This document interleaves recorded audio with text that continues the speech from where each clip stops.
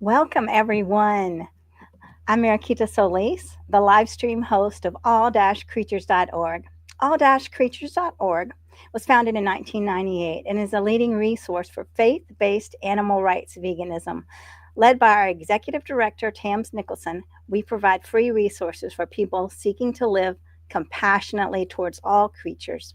Our extensive library includes vegan sermons and commentaries, animal rights strategies, action alerts, events, and works by various vegan authors. We also sponsor websites for animal rights organizations. Our mission is to unite compassionate individuals worldwide who honor the dignity of all creatures.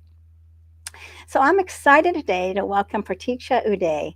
Prateeksha is a technologist from the Santa Fe Bay Area with 16 years of experience in product and technology.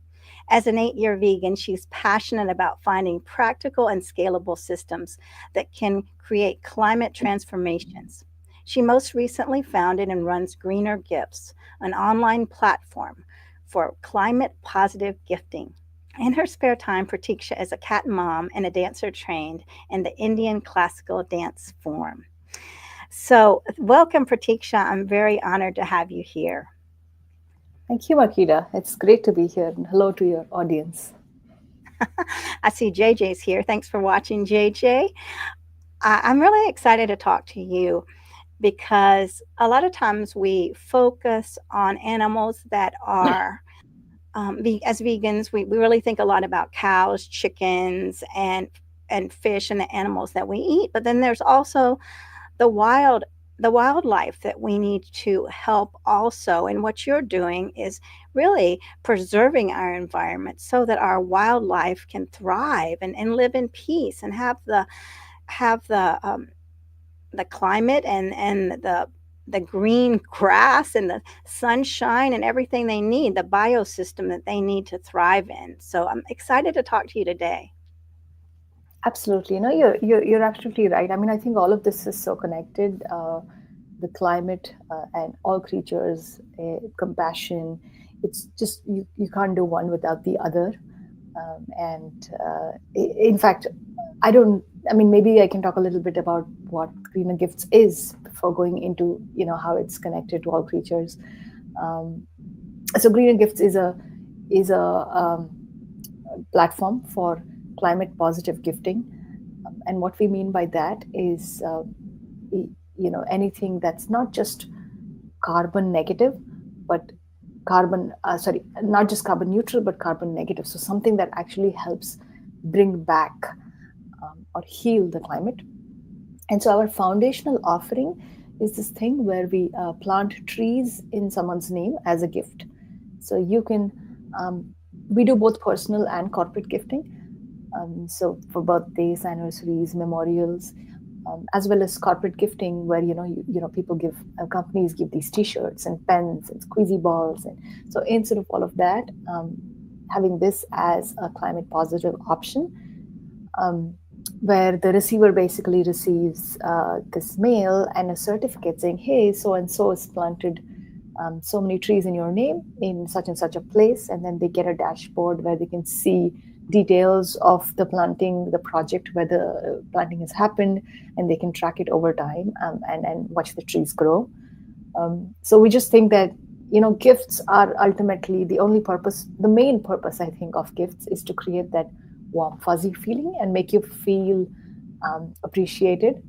And we believe that this, because it's an act of kindness and compassion, um, essentially does that. And the fact that these trees are being planted in your name and this life is being created in your name, creates that warm fuzzy feeling. So that's the hypothesis that we are sort of developing here. And yeah, and to that end, most of our projects, so we plant worldwide, in partnership with reforestation groups, rewilding groups. Some of them are affiliated with the local government, and some of them are just private enterprises, nonprofit groups usually. And we have a variety of projects.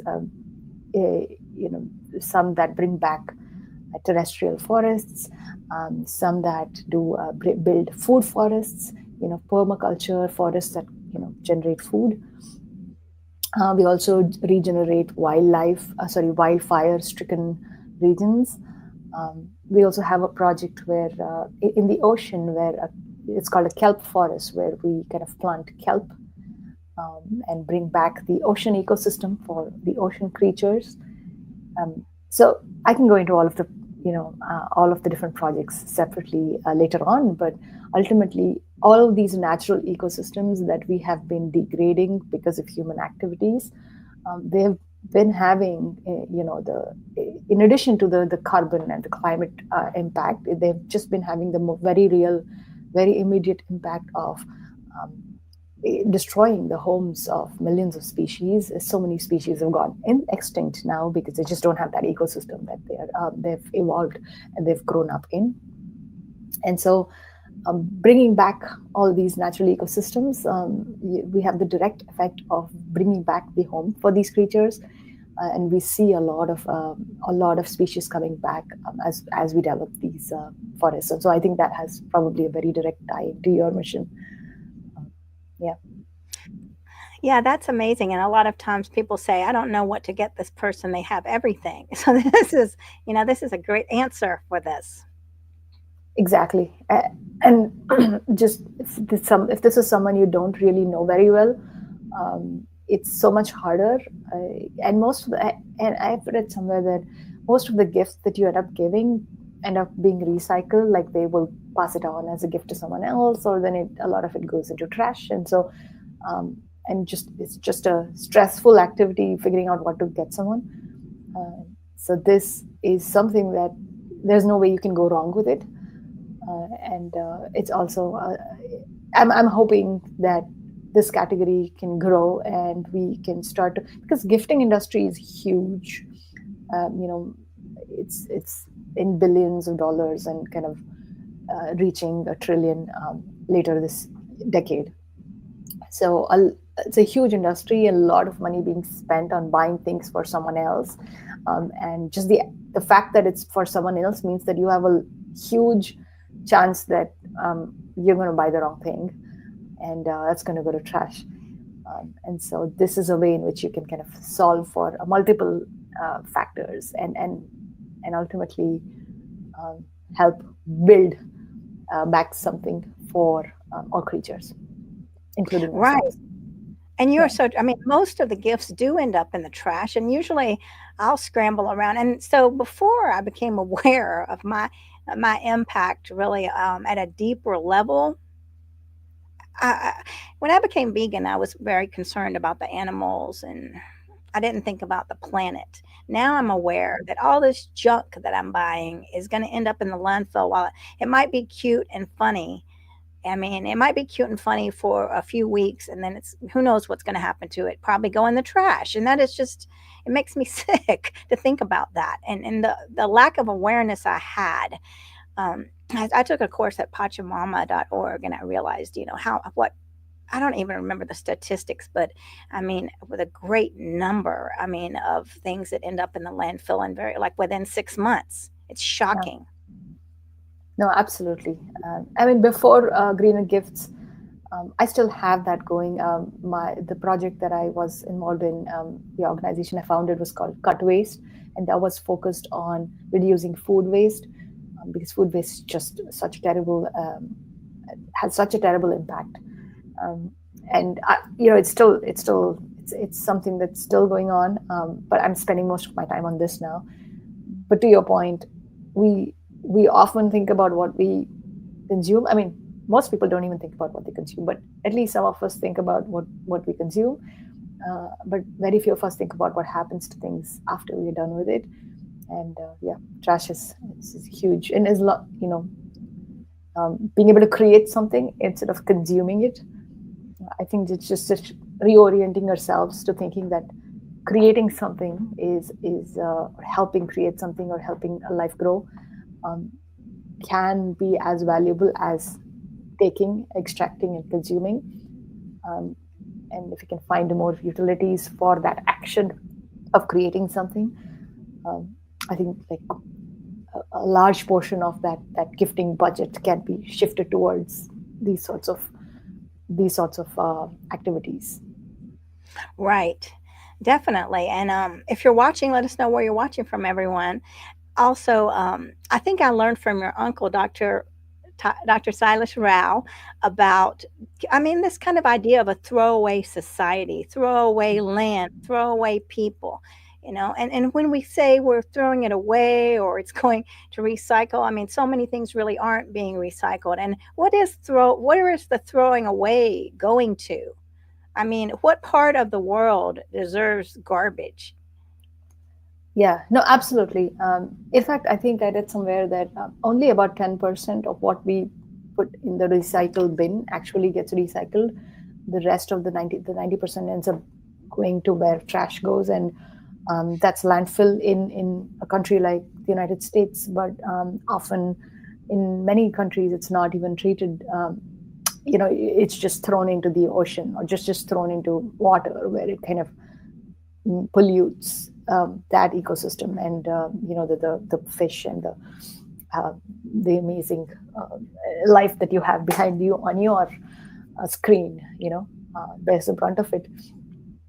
But even on land, if not treated properly, it kind of landfill is the primary cause of methane emission, apart from, of course, animal agriculture, uh, and all sorts of other poisonous gases, which not only perpetuates the climate harm in the form of growing carbon concentrations in the atmosphere, but it's also just harming the life that lives around there, right? And there's also like this injustice right now in the fact that, like, richer countries end up consuming, and then the trash ends up going to the poorer countries, which end up not having as many facilities or resources to handle that properly.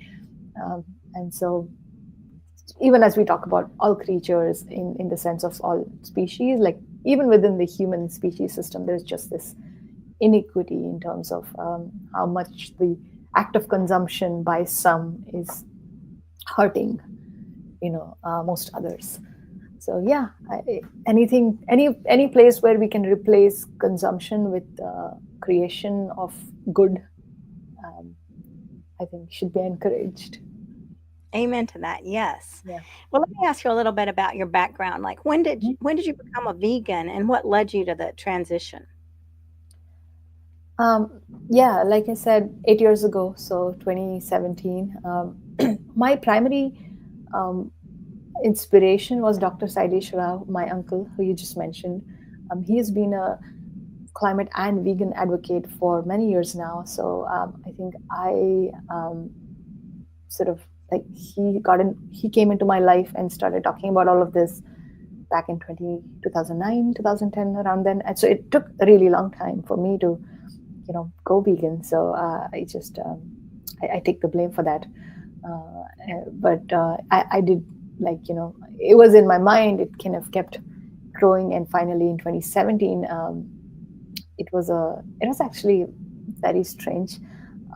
It was actually a political moment, and it's crazy because we're, I think, reliving that moment. But in did I say 2017? I meant 2016. 2016, when after the elections in the United States, when Donald Trump won the presidency for the first time, and one of his first actions was to pull out of the Paris Climate Conference, Paris Climate Agreement. And even through the entire campaign, I just was like, hey, what's going to happen, when this happens? And when it happened, and so many things started to break down, right? So many social injustices, so much, just the so much cruelty. I feel like just started to show up everywhere. It broke my heart, and then it made me introspect at that point, and made me think about like, what right do I have to you know outrage, if I'm not doing the one small thing that I can do personally, and which got me thinking about, like, this thing that has been in my mind for the longest time, that I should go vegan.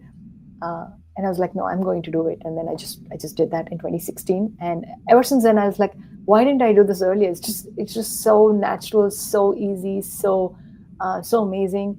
It kind of Apart from the health benefits, I lost a lot of weight after that. Just uh, the peace that you feel in your mind, where you have like that, because we live in this. I think in my mind I had all of these different boxes. In one box I loved animals, I loved all creatures, and in the other box I was eating them, and I was keeping those two boxes separately. I did not make the connection, but after going vegan I was like, now I can take down those boxes, and now my whole world feels a little more, you know, uh, consistent. I am kind of living my values, more authentically now, and so I just, the peace that you feel when that guilt or falls away and that conscience clears up. I think there's nothing like it. So I'm so happy that I did it. I wish I had done it earlier, and I wish everybody gets to feel what I felt at least once in their lifetime, so that more of them go through this transformation. Right. And I love the story because a lot of us feel like we're not able to get our families to change, and we think, well, like someone that's very influential like Dr. Rao, surely he would be able, but he's a human being like the rest of us, and it's, we there's no forcing families. And you were on your journey just like everyone else, despite the fact that Dr. Rao was your uncle. You still had your own process, and that kind of lets us off the hook, where we don't feel like, well, we're failing, and this is just reality. And having to just allow people to be on their journey, but also, like, I'm sure he was the leader, and you are watching and Yeah, understanding and growing. So I mean, that is so beautiful when you have a leader like that, and someone to look up to, who is showing but not forcing, because he has such a gentle yet strong nature, a yeah, strong voice for animals. But he's not, he doesn't shame anyone, and he doesn't yeah, force anyone. He's very yeah, peaceful. yeah. No, absolutely. I think everything, not just going vegan. I think a lot of my life choices, like even quitting my job to doing Greenr Gifts, which is a huge risk, but then also it came in the moment of being like, what what do I, you know, what's the point of just going after growth and money and just more and more of that, right? You want to give back at some point, and so even all of that sort of a, so in terms of life choices, not just going vegan, I think Dr. Rao has had a very big influence, and he has not been like, it's like you said, he's not very forceful, he's not always being like, he's asking you questions, making you think, um, and encouraging you, showing you the way, and then telling you stories from his own experience, which kind of makes you feel like, okay, it's doable, and these are all the benefits. And also, Dr. Rao then, back then, like 15 years ago, I guess, right now, that is, he was just starting out on this journey himself. And so he was learning and discovering, and, now it feels like he knows so much. He knew a lot even then, but you could see that he was having those aha moments himself, and he was sharing that, and just living that through him, living, watching his journey was definitely instrumental and inspirational. And of course, like, I think the commitment that he has shown to the cause, I mean, even if I can do like a fraction of it, I would be grateful. Yeah, it's amazing.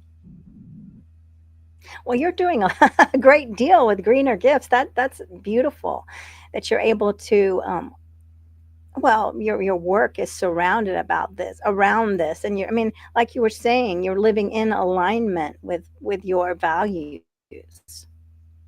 Yeah, I mean, I'm trying. Ultimately, I think it's only going to be as big as the impact you can have, right? And so we need to grow this.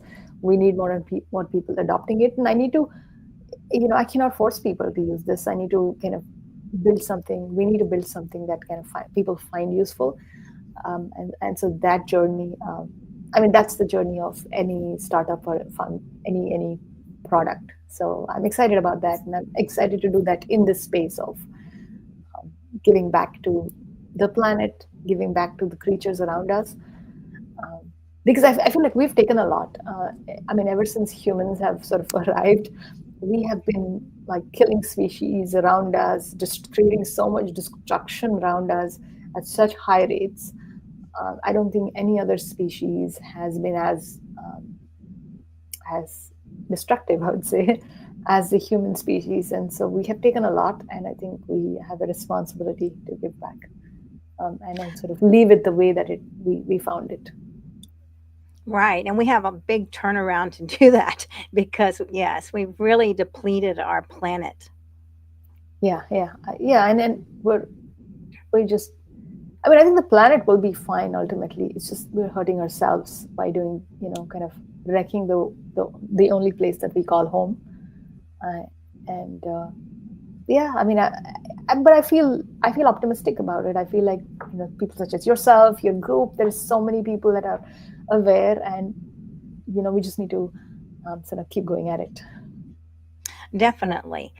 So when you first became vegan, Hmm. now what did your friends think that might not known about Dr. Rao or people at school? I mean, what did they think about that? Did you? Oh, my phone is talking. I mean, As okay, give me yeah, a yeah, second. I don't know why it just decided to come on. All right, hold on one second. Sorry, everybody. that's okay. That happens to all of us now. We have these hidden.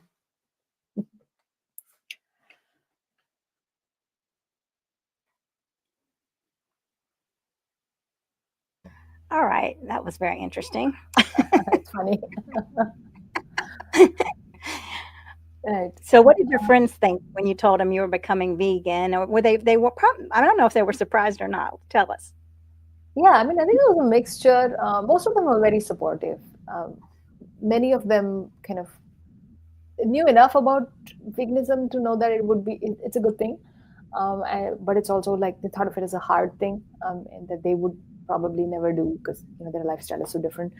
Um, and most of them were supportive and were like, "Good for you," let us how it goes, know how it goes. Some of them felt like it would just be a fad or a trend, because there was a trend at that point, and people were just trying out all of these different kinds of diets, and they just thought this was one of those. Um, but I think that was the compared to, I mean, 8 years ago when I went vegan, people around me just thought of it as an experiment. Whereas I think looking at my circle right now, a lot of people in my circle right now are vegans themselves, and not because I have changed my friends. It's just that a lot of them saw me doing it, saw my family doing it, and just by osmosis, I guess, you know, some of them decided to give it a go. Uh, we have very close friends who we used to travel with, and they were foodies. And when before we went vegan, we would hang out and we would go and try out different kinds of foods. And after we went vegan, and they were not vegan, the next few trips were kind of really weird and hard because when we were traveling, we would just during lunch and dinner time, we would kind of split ways because we wanted to go and try all of the vegan stuff, and they wanted to try all the local food there. So it was kind of weird, but they were like, it didn't even cross their mind that they could also go vegan. Fast forward, I think 5 years, uh, they and especially the lady in the couple, she's one of the staunchest vegans you can find. She's become an advocate. She's going and talking about it everywhere. She knows everything about every single food that's out there. She knows her, and not just food, like even in her lifestyle. She's done this 180 degrees, and I can't say that it's because of me. I think it's just I don't- I mean, I think just being around other people that are doing it kind of gives you the permission structure to try it, and makes you feel like, hey, yeah, it's possible and it's not like the end of the world. And that I think allows you to try it, and then once you try it, it kind of grows on you. So that was an amazing transformation to watch. But even apart from her, a lot of people, uh, you know, now in my friend circle are vegans themselves. So I think that's nice to watch. So in general, but I think they have been very supportive. And also, it's like the Indian friends, they many of them were vegetarians to begin with, right? So this isn't such a big stretch for them. Uh, um, but still, it is an unheard of thing to like give up milk, for example, because milk is such a big thing in India. but having said that, I think it still was a much easier journey for the people that were already vegetarians, and because many of them are vegetarians and they also live. So a lot of the Indians living here in the states are living a kind of vegan journey themselves because they are vegetarian, and everywhere they go they are surrounded by people who eat meat and they have to explain their life choices. And so because they're used to explaining their life choices, when they come across another life choice, they are much more like I think maybe understanding of the fact that, yeah, I mean, here's someone who has something different from me. So maybe for those reasons, but overall very supportive group, nothing to complain. Well, that's good to know. So you wouldn't say then that people in India are they're more vegans there. No, veganism is Okay. not a thing in India at all. They don't understand it because the cow. It's very strange. The cow is considered a god in India, in Hinduism, and therefore, they don't you don't eat beef, or eating any sort of killing and eating is considered a no for vegetarians, like from a compassion perspective and an ethical perspective. But they haven't made the connection that the dairy industry, at large scale also causes these animals to die, right? Because the female, like the cows, are used for milking, but then you have an equal number of males being born and they are not useful to produce milk. And so what happens to them? They are ultimately sent to the beef industry. So they don't make those connections, they don't think about it. So they don't think about it as enabling, because traditionally, right, like if you think about my grandparents' generation, or even my parents' generation, some of my uncles, they live in villages in India where they have their own like farm. They have their own cows and they milk the cows, and they don't because they milk the cow, they kind of take care of the cow. They're like good to it. It's part of family, and they all hang out together. They have names and everything like that. So they don't think of it as any sort of cruelty because they don't eat the meat. They just kind of share the produce, I guess. So they don't think about it as unethical. Um, but I think if they were to think about, like, they were to gain that education and make that connection between the dairy industry and the meat industry, I think they would switch much more quickly, just because they're already so much like against the meat industry. Because cow is God and you don't eat meat and things like that. Um, Having said that, India is not one India. There are many, many, many many types of people. It's a very diverse country, and India is a developing country, so there's a lot more disposable income now.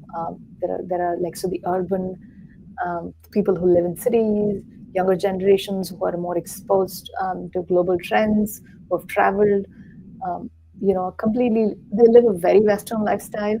Um, so there are many different groups of people, and I think the people who are living the Western lifestyle, in fact, the meat consumption there is going up, um, by just because of the numbers that India has, the number of people that India has. It just India's footprint on meat consumption is actually growing at a faster rate than kind of reducing because of its vegetarian and veganism.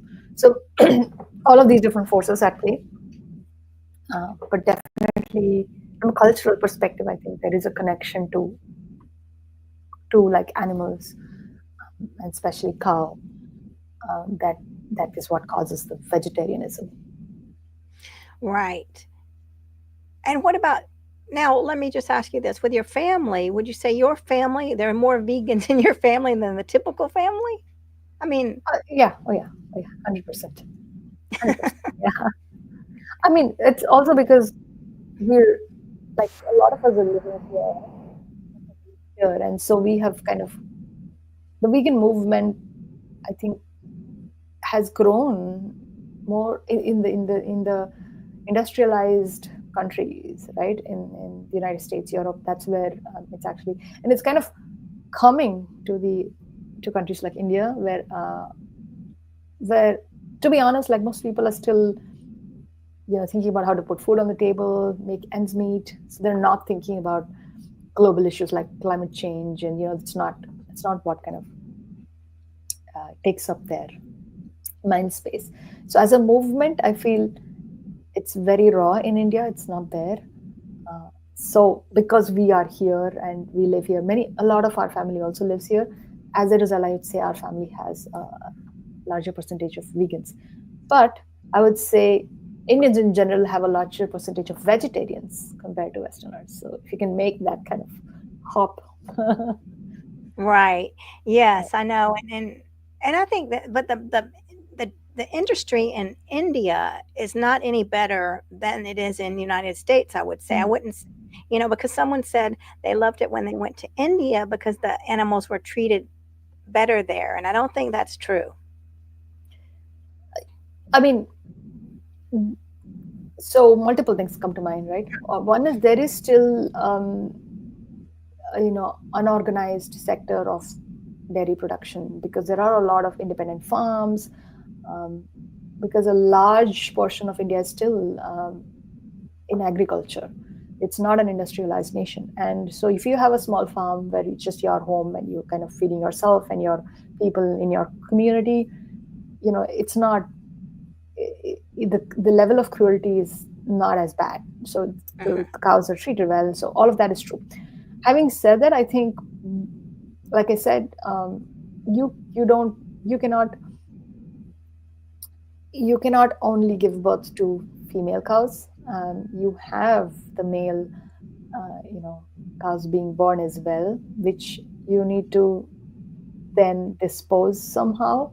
That is usually exported to the beef industry, and most Indians don't see it, but India is the biggest exporter of beef, um, because it's the biggest consumer of dairy, and beef is a byproduct which India doesn't consume, so it exports it.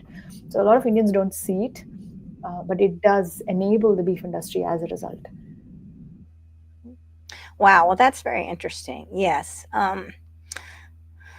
No, I mean, it's very complicated, and you're right. I mean, the with the cow being so honored, then there are people that have the little farms, and then they do take good care of their cows. But then there also this raging industry that's behind the scenes.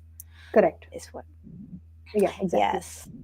Which you cannot, So if you are growing cows, you need to be part of that industry because you need to do something with the male offspring. right.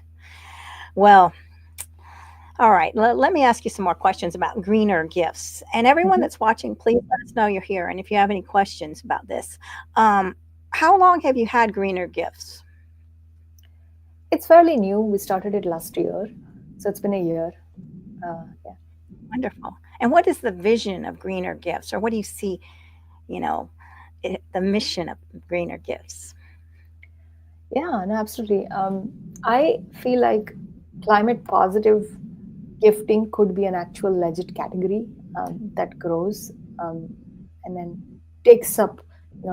How in e-commerce you have categories of goods that you purchase. I feel like climate positive goods can be a category. Tree planting as gifts is one form of product, but then when I think about the gifting category, we think that potentially we could expand to other things such as like upcycled products from waste. Those could also be great gifts that you purchase, especially if you're looking for something tangible. And then, like, you could name a beach in someone's name, and those funds could go to cleaning up beaches and rivers around the world. um, you could adopt an animal for someone that could in someone's name, and that could help fund wildlife conservation.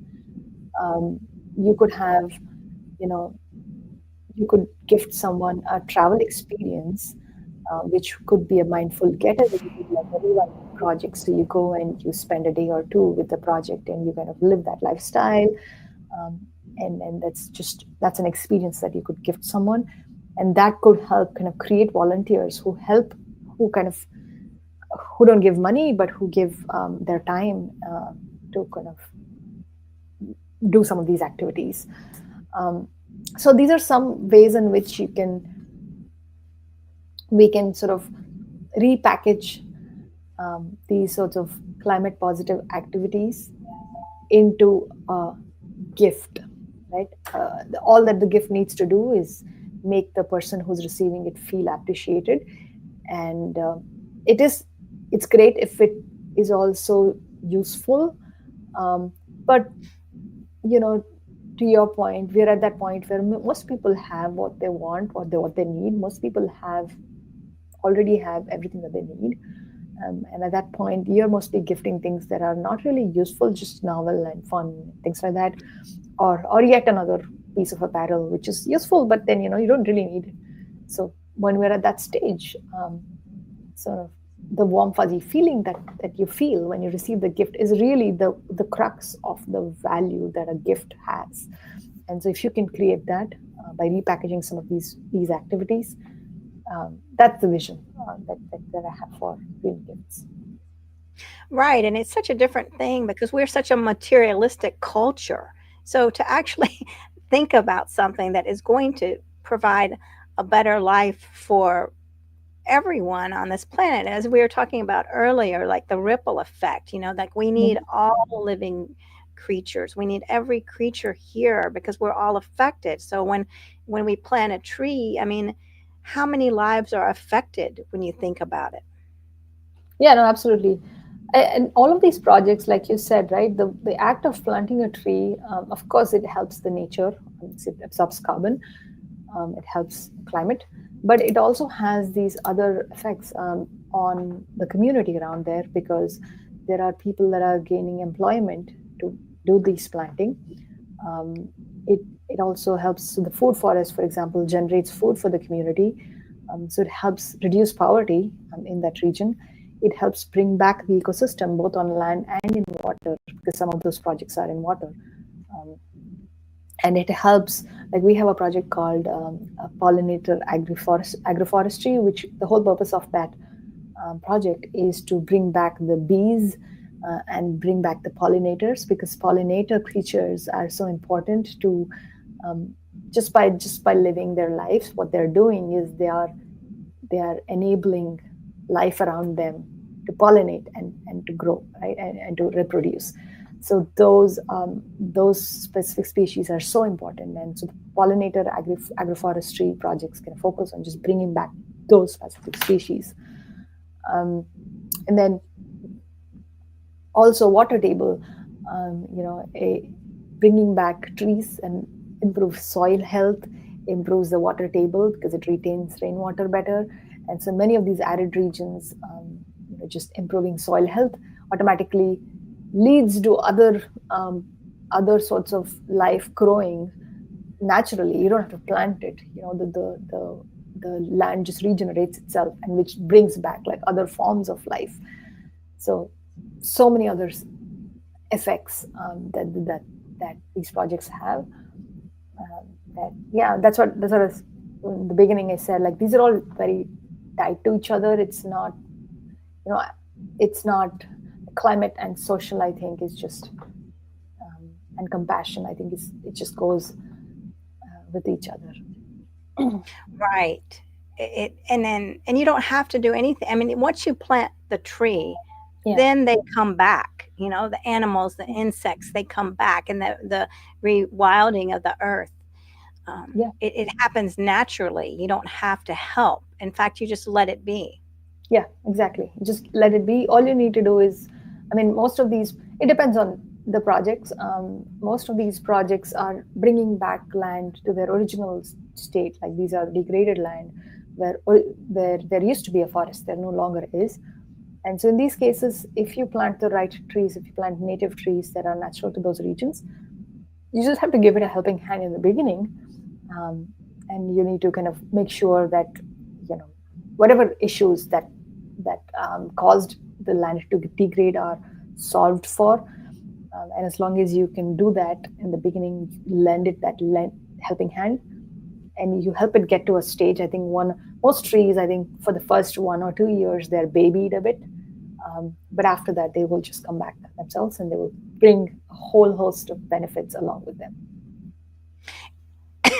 Yes, and I think a lot of times people don't realize that when the trees are when they are old and they have fallen and everything. I mean, the habitat is still there for the animals. I mean, I volunteer at the nature center, and I really try to point out that these trees that have fallen and they're old and they're laying there, they still are providing nourishment and homes Yeah, for other animals. It's just continuing. You know, it's not like, well, that's over. It's not over. It's still life.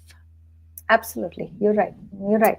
I mean, it's uh, I think there are species that will feed on every single, at every single stage of the life cycle of anybody. Like even when we pass away as humans, we become food for um, you know the worms and whatever it is that sort of feed on us, and life grows out of it. So yeah, it's a cycle, and that's how it's been happening until we sort of interfered and injected ourselves as the human species and started to mess around with things. So this is just a nod to, hey, let's try and let nature take control a little bit. Right. And I think we've lost that so much. I mean, really, the spiritual aspect of the natural regeneration of human beings and of all creatures and of everything in life, that we almost feel like we know better um, how to take care of the planet. I mean, and just letting go of, I mean, thinking that we can get rid of this and get rid of that without any Yeah. consequences. We many people and many administrations feel like there are no consequences to this devastation, you know, taking away the forests and the devastation of losing our species, and like there are no consequences, and it's very sad. So I mean, this is a spiritual experience, I believe. I mean, what would you say about that, the spirituality aspect of it? And no, you're absolutely right. Like I said, when I went vegan, the first thing that I realized consciously was the fact that there was this weight that was lifted out of me. I felt that peace, and that looks like, even though it's not part of any sort of formal religion or any such thing, it's just, we're all um, we we're all inherently compassionate. If you talk to a child, the child will never understand why you would want to kill someone, or kill something and eat it. Like, it just is not natural to any of us. um, and and the way that we have been able to do it at scale is by creating systems which insulate us from the negative spiritual effects. If we were to actively use our hands to kill and eat, I would be very, I don't know, I'd be surprised how many people would still be doing it.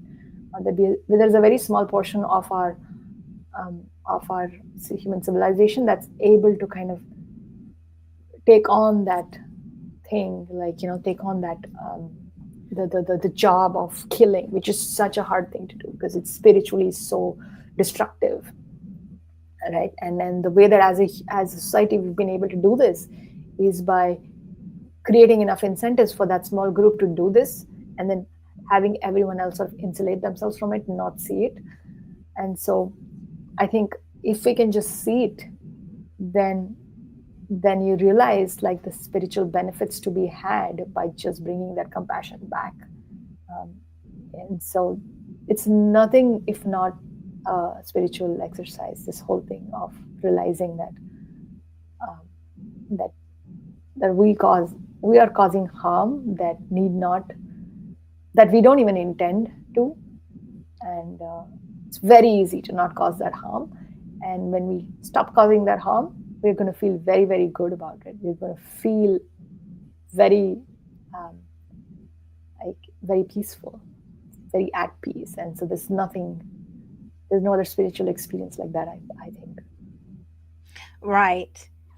And a lot of vegans have had a lot of have had spiritual experiences with animals, but perhaps not the planet. Not, I mean, not the soil and not the trees or like flowers, right? They when I've talked and when I've spoken with them and said, when have you felt most connected to the earth? Or when have you had a spiritual experience with Mother Earth? Many said, I've never had that. What would you say to that?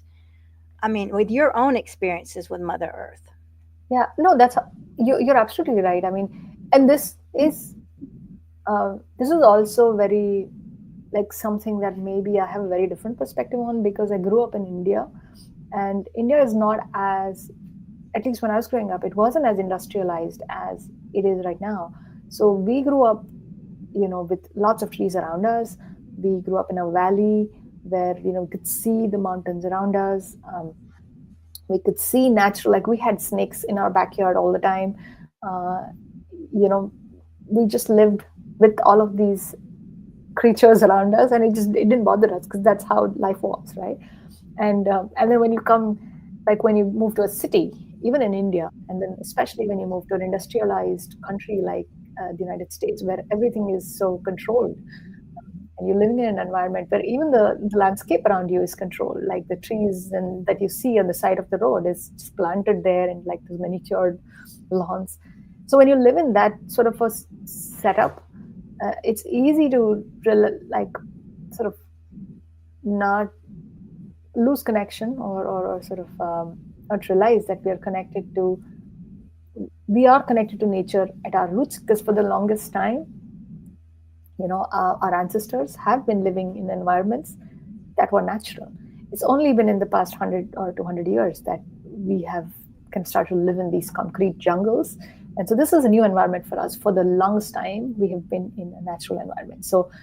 Um, so there is nothing like, even if you don't know it yet, just going back to that environment that our bodies and minds have sort of grown up, like have evolved um, our senses for, is is a is a very healthy and a very mind, sort of mentally satisfying experience. Um, so yeah, to me, this, I mean, even when we move home, like when we decide where we want to live, it's very important for us that we have some sort of like trees. And this has always been the case, not even before Greener Gifts. That there's always, it's important to us that we have nature around us. We have access to nature around us.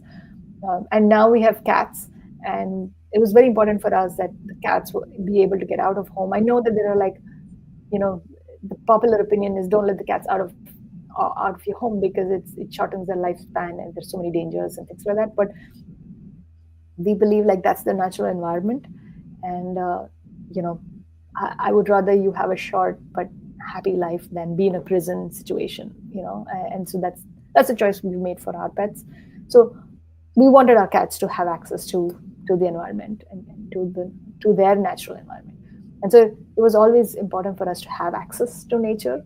I think that might come from the fact that we grew up in India, in a very like rural sort of setup before moving to the city.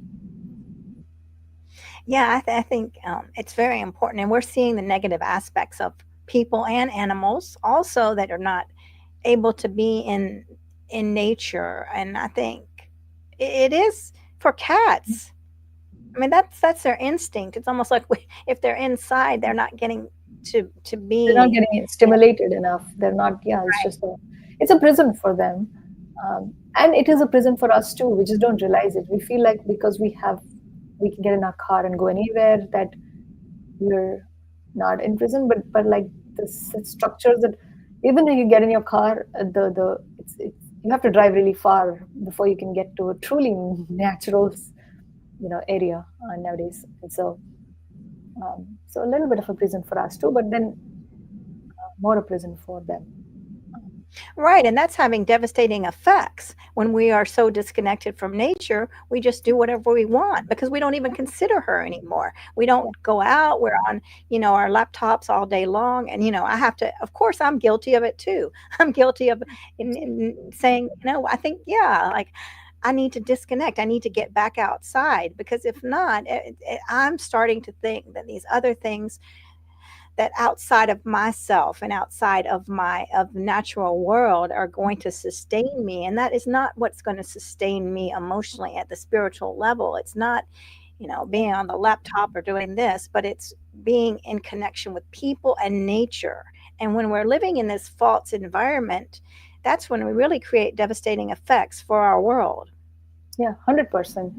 And we have done a lot of great things as humans. Like, we have invented so many things. We have just changed the shape of the entire earth. And that has, I think, caused us to believe that we are like supreme and we're the center of the universe and that we can do whatever we want. And that's showing up in so many different ways, with um, the most rich and powerful of us feeling like they can do anything. And then just, I think, losing that humility uh, is just like how when we see someone that's out going on a rampage because they think that they know everything, as a bystander you can look at them and be like, they don't know what they're destroying. It's the same way, like, as humanity, as we go on this rampage, I'm sure if there is someone that's watching us, from another planet or from the side, will be looking at us and will be thinking of this as short-sighted. um, yeah, not wise, just beneficial to us in the moment, and completely unwise when you think about the long-term effects and even the short-term effects, to your point. Yeah, that's very true. I mean, we don't really think about the long term effects. We want immediate gratification and at whatever cost it's going to be. Most of us, I mean, not all of us, but it's without thought about how is this going to affect other people? How is this going to affect animals? We don't, so many people don't have no thought of that at all. How, I mean, when we, when we see trash in the park, I mean, it might be ugly, but what is that doing to nature? What is that doing to the little beings that are living under the trash? You know? Yeah, absolutely. And your own children, like, what's the world we're leaving them 100 years from now? Are they going to be able to enjoy the same lifestyle that you're enjoying? And isn't it your duty to leave them a better life, because you brought them to this world? So, yeah, I think it's absolutely our responsibility. uh, and it's also fun and joyful, and it makes you, there's no better way to live your life than to kind of just create goodness around you. So I think no matter how much money you make, it's not going to compare to the feeling of just having a positive impact. Yeah, that's very true. So where do you see yourself in the future? What's your goal for Greener Gifts? Um, in the future, I mean, I want Greener Gifts to grow, and I want more and more people to adopt it, and I want it to become sort of mainstream.